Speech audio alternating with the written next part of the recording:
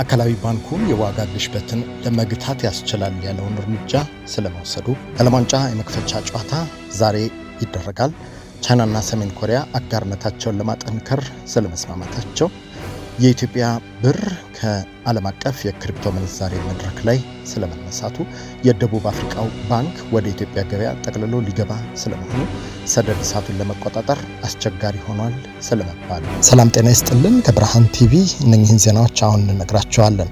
የየዕለት ዜናና ዝግጅቶቻችን በፍጥነት እንዲደርሷችሁ ገጻችንን ሰብስክራይብ፣ ላይክ፣ ሼር፣ ኮሜንት እንድታደርጉ እንዲሁም የማንቂያ ደውል እንድታበሩ በአክብሮት እንጋብዛለን። የካናዳ ማዕከላዊ ባንክ የዋጋ ግሽበትን ለመግታት ያስችላል ያለውን እርምጃ ወስዷል። የካናዳው ማዕከላዊ ባንክ ኦፍ ካናዳ በአገሪቱ እየታየ ያለውን የኑሮ ውድነትና የኢኮኖሚ እንቅስቃሴ ተከትሎ የወደፊት የገንዘብ ፖሊሲ አቅጣጫውን የሚያመለክት አዲስ መግለጫ ሰጥቷል። ባንኩ ባወጣው መግለጫ ባለፉት ወራት የተመዘገቡ የምጣኔ ሀብት መረጃዎችን መነሻ በማድረግ የወለድ ምጣኔን ኢንተረስት ሬት በማረጋጋትና የዋጋ ግሽበት ወይም ኢንፍሌሽን በዘላቂነት ለመቆጣጠር በሚያስችሉ እርምጃዎች ላይ ማተኮሩን አስታውቋል። ማዕከላዊ ባንኩ በአገሪቱ የታየውን መጠነኛ የዋጋ ግሽበት መውረድ ተከትሎ የፖሊሲ ማሻሻያዎችን እያደረገ ቢሆንም አሁንም የቤት ኪራይ፣ የቤት መግዣ ብድር፣ ሞርጌጅ እና መሰረታዊ የምግብ ፍጆታዎች ዋጋ በከፍተኛ ሁኔታ መጨመሩን ተከትሎ በዜጎች የዕለት ተዕለት ኑሮ ላይ ከፍተኛ ጫና ማሳደሩን ገልጿል። የባንኩ ገዢ በመግለጫው እንዳሳሰቡት ዋናው ግብ የዋጋ ግሽበትን በዓለም አቀፍ ደረጃ ተቀባይነት ወዳለው የ2% ገደብ ዝቅ ማድረግ ነው። ይህንን ግብ ለማሳካትም ባንኩ ከሰማይ በታች ያሉትን የኢኮኖሚ ስጋቶች፣ የስራ ምጣኔና የሸማቾችን የመግዛት አቅም በቅርበት መከታተሉን ይቀጥላል ነው ያሉት። የምጣኔ ሀብት ባለሙያዎች እንዳስቀመጡት ግምት ከሆነ የማዕከላዊ ባንኩ የወለድ ምጣኔን የማርገብ ወይም የመቀነስ እርምጃ ለገበያው መጠነኛ መነቃቃትን ሊፈጥር ቢችልም የቤት እጥረትና የኑሮ ውድነቱን ሙሉ ለሙሉ ለመቀልበስ ግን ተጨማሪ መዋቅራዊ ስራዎች እንደሚጠይቅ ገልጸዋል። ይህ የባንኩ አዲስ መግለጫ በካናዳ የንግድ ማህበረሰብ፣ በቤት ገዢዎችና በኢንቨስተሮች ዘንድ ከፍተኛ መነጋገሪያ አጀንዳ ሆኖ ሲሰነብት በቀጣይ የሚደረጉ የባንኩ ስብሰባዎች ላይ የሚወሰኑ ውሳኔዎችም የአገሪቱን የምጣኔ ሀብት አቅጣጫ በከፍተኛ ሁኔታ ይቀይሩታል ተብሎ ይጠበቃል። የ2026 ዓለም ዋንጫ የመክፈቻ ጨዋታ ዛሬ ይደረጋል።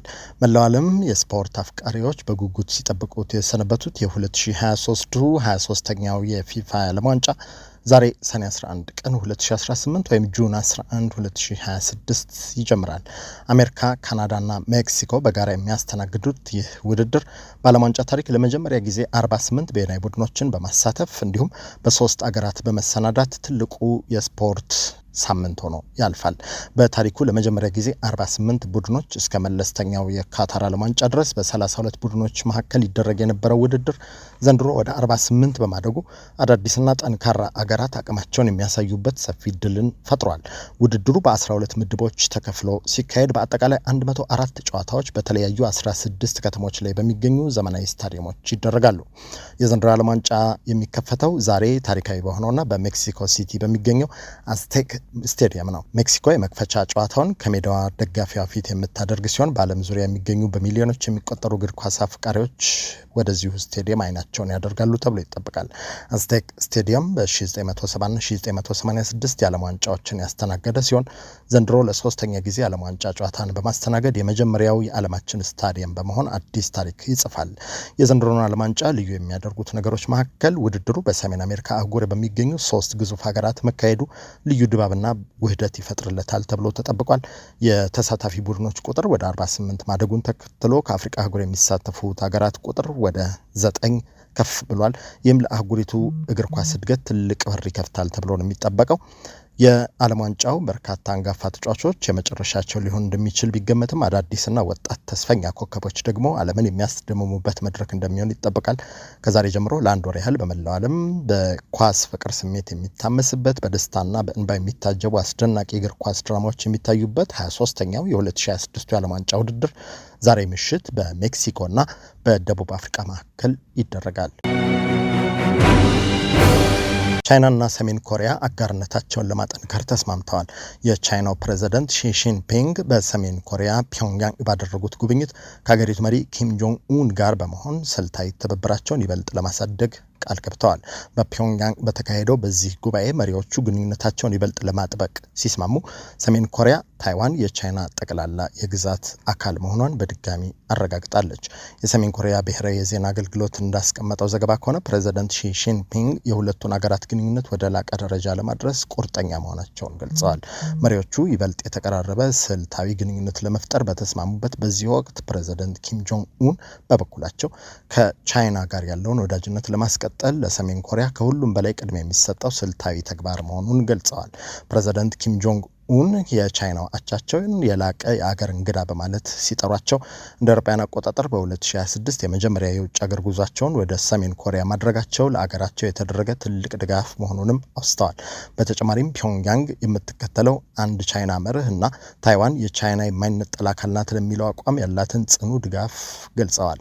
በሌላ በኩል የቻይናው ብሔራዊ ቴሌቪዥን እንዳስቀመጠው ዘገባ ከሆነ ቻይና በንግድ፣ በግብርና፣ በኮንስትራክሽንና በቴክኖሎጂ ዘርፎች ከሰሜን ኮሪያ ጋር ያላትን ትብብር ለማስፋፋት ፍላጎት እንዳላት ፕሬዚዳንት ሺ አስታውቀዋል።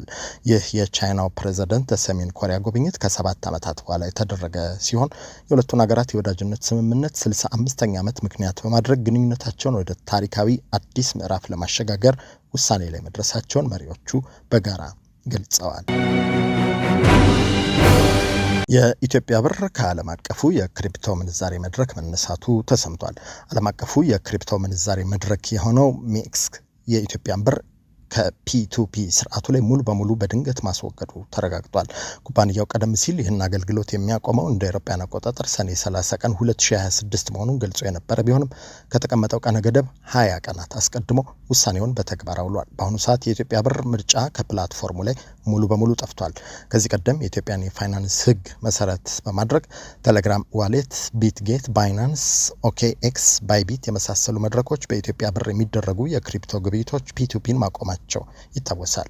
ብሔራዊ ባንክ ደህንነቱ የተጠበቀና ስርዓት ያለው የዲጂታል ፋይናንስ ተሳትፎ እንዲኖር የሚያስችል አጠቃላይ የቁጥጥር ማዕቀፍ ለማዘጋጀት ከዓለም አቀፍ አቻ ተቆጣጣሪዎችና ከሀገር ውስጥ ባለድርሻ አካላት ጋር የመከረ መሆኑን መግለጹ ይታወሳል። የደቡብ አፍሪካው ባንክ ወደ ኢትዮጵያ ገበያ ጠቅልሎ ሊገባ ነው ተብሏል። የደቡብ አፍሪካው ስታንዳርድ ባንክ ግሩፕ ስር የሚንቀሳቀሰው ስታንቢክ ባንክ በኢትዮጵያ የፋይናንስ ዘርፍ ውስጥ በሀገር በቀል ባንኮች ላይ ድርሻ ለመግዛት ይልቅ ሙሉ ለሙሉ በራሱ ባለቤትነት የሚተዳደር አዲስ የባንክ ተቋም ለመመስረት አማራጮችን እያጠና መሆኑን ካፒታል ዘግቧል። ይህ ውሳኔ የተሰማው በኢትዮጵያ ብሔራዊ ባንክ የወጡ የውጭ ዜጎች የባለቤትነት ገደብ መመሪያዎች ዓለም አቀፍ አበዳሪዎች በግዢ ላይ የተመሰረቱ የተለመዱ የማስፋፊያ ስልቶቻቸውን እንዲከልሱ እያስገደዱ ባሉበት ወቅት ነው። በኢትዮጵያ በቅርቡ በጸደቀው የባንክ ስራ አዋጅ መሰረት የውጭ ኢንቨስተሮች ነባር የአገር ውስጥ ባንኮችን ድርሻ በመግዛት መግባት የሚችሉት እስከ 49 በመቶ ብቻ ሲሆን ቀሪው 51 በመቶ በአገር ውስጥ ባለሀብቶች መያዝ አለበት። ይህ ህግ እንደ ኬሲቢ፣ ኢኩዊቲ ግሩፕ እና ኮኦፐሬቲቭ ባንክ ያሉ ትልልቅ የኬንያ ባንኮች በኢትዮጵያ የነበራቸውን የማስፋፊያ እቅድ የውሳኔ ሰጪነት ሚና ስለሚገድበው እንዲዘገይ ማድረጉ ተነግሯል።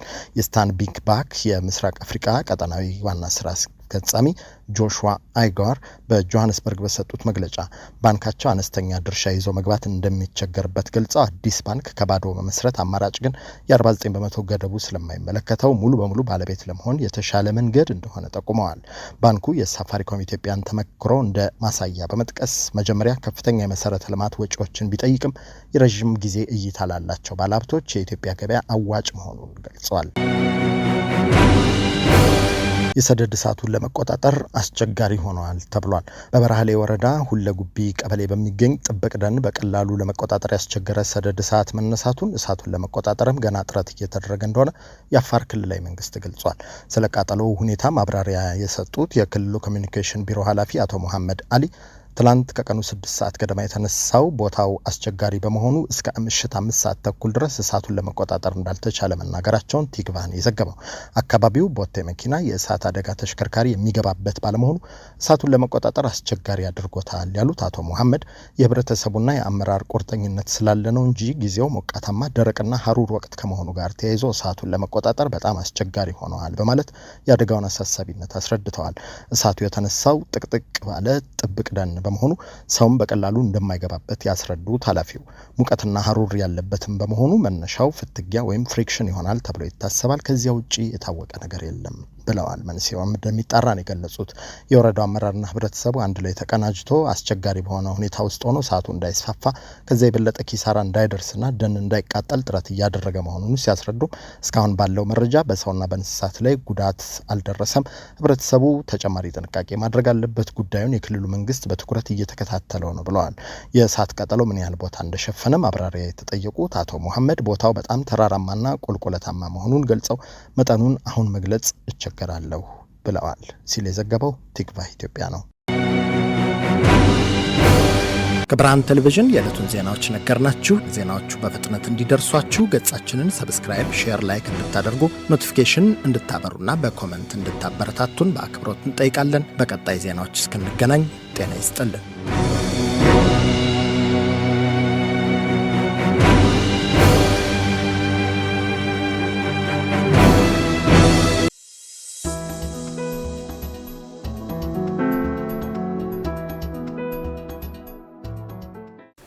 Are you a young person trying to figure out your next move? Or a young parent who needs real support, not just advice? We have built something for you. A community, a network, a place where you belong. And mentors who looks like you. Who have been where you are and want to help you get where you are going. Are you ready to take your first step? Go to sankofamentorship.org right now. Hit the Get Involved button and you can become a mentee, become a mentor, or involve as a volunteer. And let's build your future together. See you inside!